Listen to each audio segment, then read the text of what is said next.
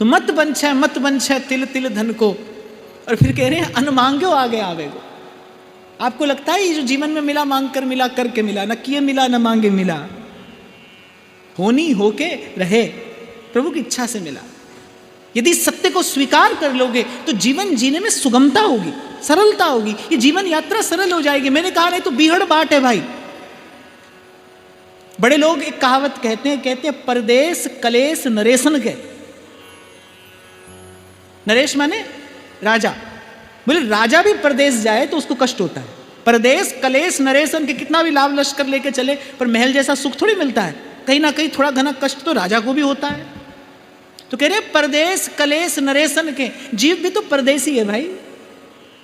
आप और मैं भी तो इस संसार में परदेसी हैं, तो कष्ट होना बड़ा स्वाभाविक है। इसीलिए संत कहते हैं बोले बड़ी मौज लेने का विचार मत करो, यहाँ बहुत सुख लेने का विचार मत करो, यहाँ पर ये विचार ही तुमको दुखी कर देगा। इसीलिए तो कहते हैं कि आशा ही परमम दुखम नैराश्यम परमम सुखम। कह रहे नैराश्यम परमम सुखम माने बहुत सुख की आशा मत लगाइए। और फिर कह रहे हैं कि अन मांग्यो आगे आवेगो। मांगो मत मांगो। आपको लगता है ठाकुर जी से कह दिया काम हो गया, चलो बंगला लगा दो, चलो 56 भोग करा दो, ठीक है कराते रहो। पर नहीं भी कराते तो जो होना है तो होगा भाई, निश्चित होगा, निश्चित होगा। न रत्ती घटेगी न तिल बढ़ेगा। मैं फिर कह रहा हूं ये जागृत महापुरुषों की वाणी है। कह रहे हुक्म है भीतर सबको और बाहर हुक्म न कोई। होगा। कह रहे अन मांग्यो आगे आवेगो। और ऐसा ही होता है भाई, न तो सुख सूचना देकर आता है, न दुख सूचना देकर आता है। आपको न कोई आशा होती है और सुख आकर द्वार पर खड़ा हो जाता है। और आप कभी कल्पना भी नहीं करते, ऐसे दुख का पहाड़ सर पर टूट पड़ता है। आते भी अपनी इच्छा से हैं, जाते भी अपनी इच्छा से हैं, भेजने वाला कोई और है। इसीलिए कल मैंने कहा ये मत देखिए क्या आ रहा है क्या जा रहा है, ये आना जाना तो लगा रहेगा, कि देखिए देने वाला कौन है।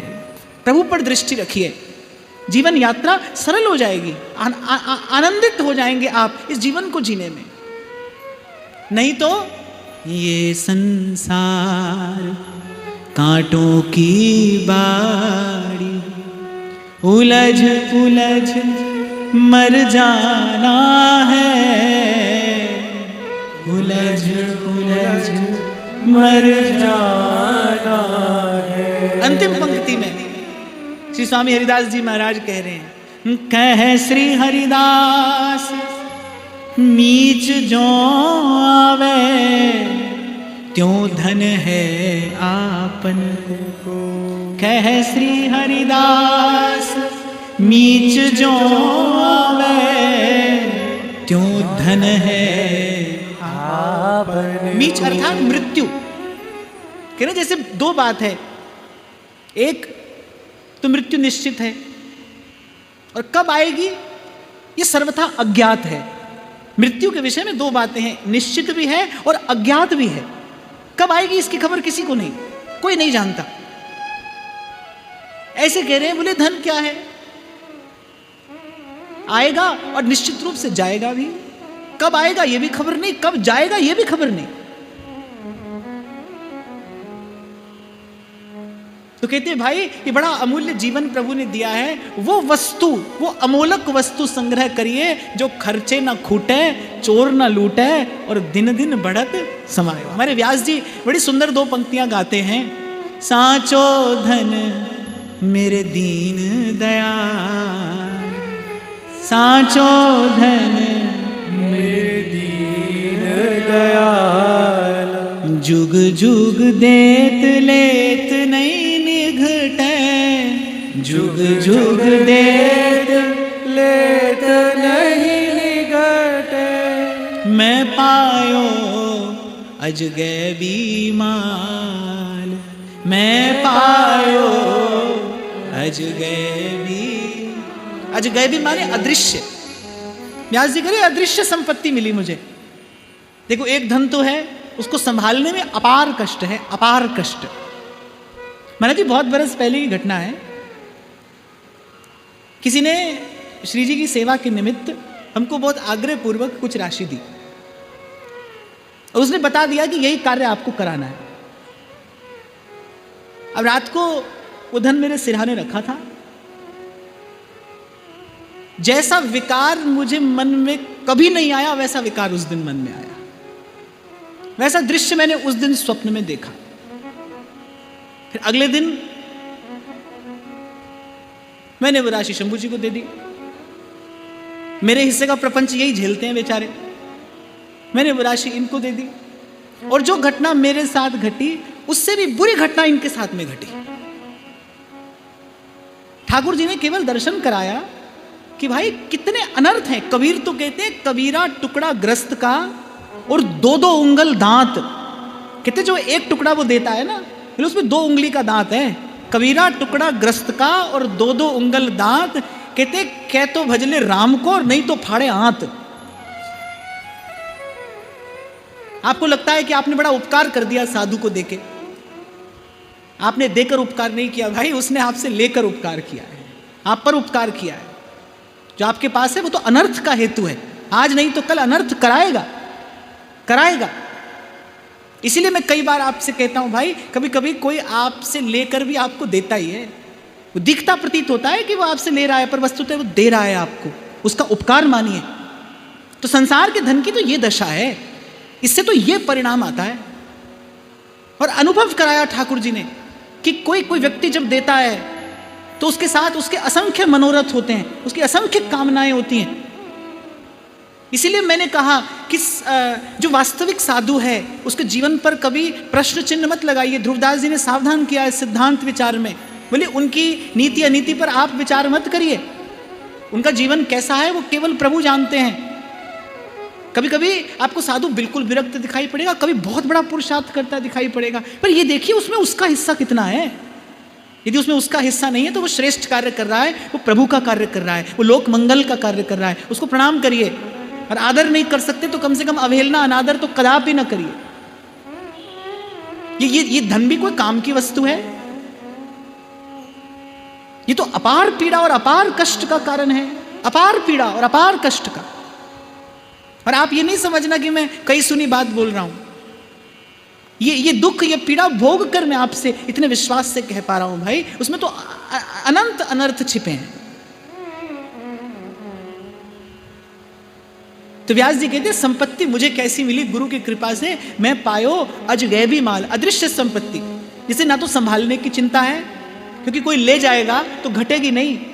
खर्चे न खूटे वाको चोर न लूटे, खर्चे न खूटे वाको चोर न लूटे, दिन दिन बढ़त सवायो, भायु जी में तो नाम रतन धन पायो, भायु जी में तो नाम रतन धन पायो। इसलिए कि गुरु से जाकर, संत के पास जाकर पहले उस वास्तविक धन की, उस सच्चे धन की झलक पाइए। संत तो कहते हैं भीखा भूखा कोई नहीं। एक संत हुए भीखा जी, वो कहते हैं भीखा भूखा कोई नहीं, सबकी गठड़ी लाल। मतलब बस गांठ खोल देखत नहीं और ढूंढत फिरत कंगाल, सबकी गठड़ी लाल। कबीरा सब जग निर्धना, धनवंता ने कोय, धनवंता सोई जानिए जाके नाम रतन धन हुए। श्वास श्वास सिमरे गोविंद, मन अंतर की उतरे चिंत। पूरे गुरु का सुन उपदेश, पूरे गुरु का सुन उपदेश, पार ब्रह्म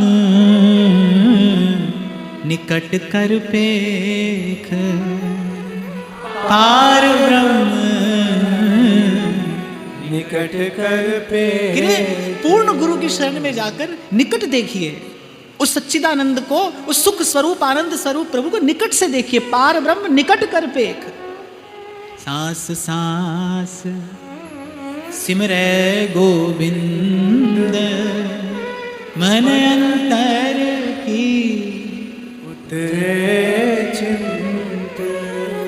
एक बार प्रथम पंक्ति का मैं पुनः स्मरण करूं, हरिभज हरिभज और छाण न मान नर्तन को। जैसे गोस्वामी जी कहते हैं ना, अस अभिमान जाई जनि भोरे,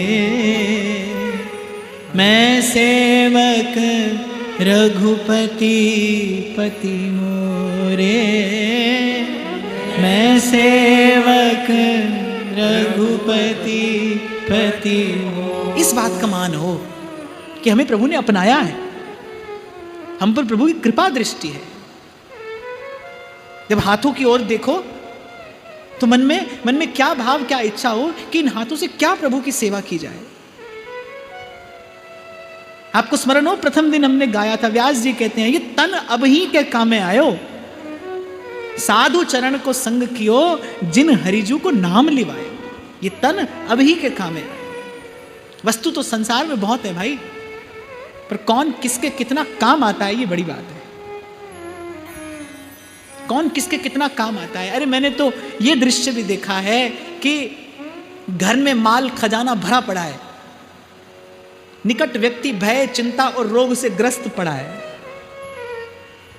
ना आप सुख पाया और ना किसी के हिस्से वो थोड़ा सा सुख जाने दिया। ऐसी दुर्दशा भी जीवन की देखी जाती है।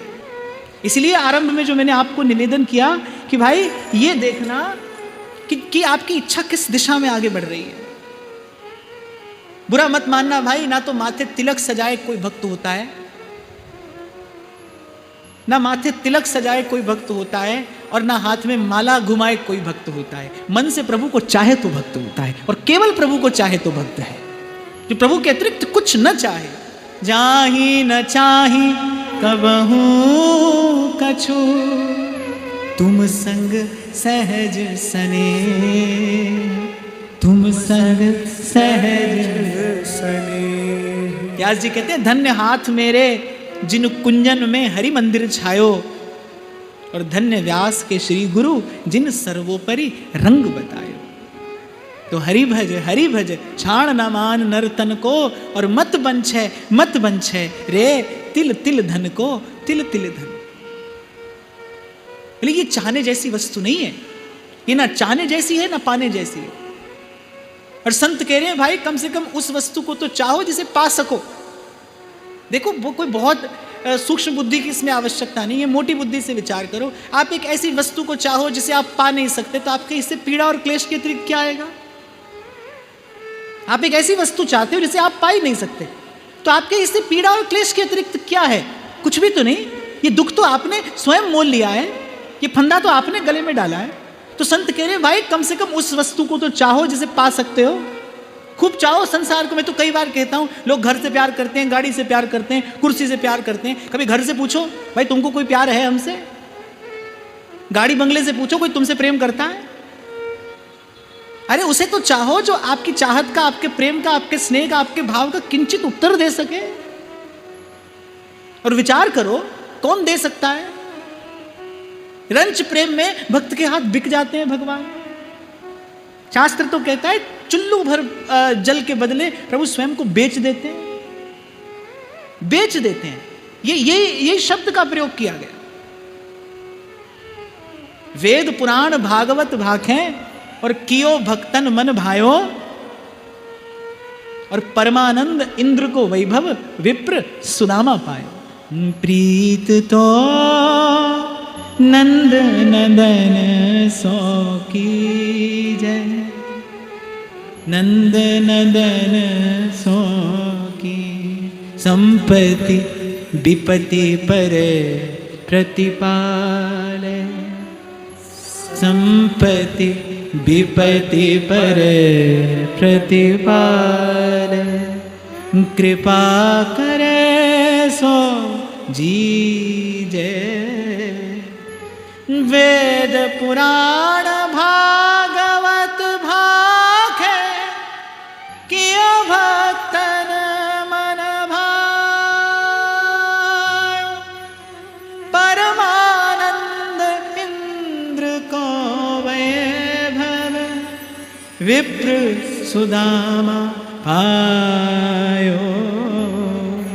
प्रीत तो नंद नंदन सो की जय, प्रीति तो नंद नंदन सो की जय। तो इसलिए मैंने कहा भाई ये तो बहुत सूक्ष्म बुद्धि की आवश्यकता नहीं है, तो मोटी बुद्धि से समझने का विषय है। उसे चाहते रहो जो आपको मिल ही नहीं सकता, पाते रहो कष्ट। कहने वाले कहते हैं ना, इश्क एक तरफा हो तो सजा देता है, दोनों तरफ से हो तो मजा देता है, एक तरफा हो तो सजा देता है। तो जीव सजा ही तो पाता है। ये एक तरफा चाहत, एक तरफा वांछा, ये एक पक्षीय इच्छा ही तो है जीव की, संसार को चाहना। संसार तो नहीं चाहता, संसार आपको चाहता तो रख लेता ना सदा अपने पास। यहां तो खूब धक्का पड़ता है, खूब गाली पड़ती है, भगवान को भी गाली पड़ती है यहां तो। ये संसार किसको चाहता है? किसी को नहीं चाहता है। आप चाहते हो इसे, इसलिए कष्ट पाते हो। ये एक पक्षी है जो प्रेम और स्नेह है, ये कष्ट का कारण है। उसकी वांछा करिए जो आपके प्रेम का, आपकी इच्छा का मान रखना जानता हो, उत्तर देना जानता हो। इसलिए प्रीति तो नंद नंदन से की जाए। कह श्री हरिदास, मीच जो आवे त्यों धन है आपन को, हरि भज छाण न मान नर्तन। आज की वार्ता श्री जी के चरणों में निवेदन करते हैं। महाराज श्री के चरणों में प्रणाम। आप सबके हृदय स्थित प्रभु को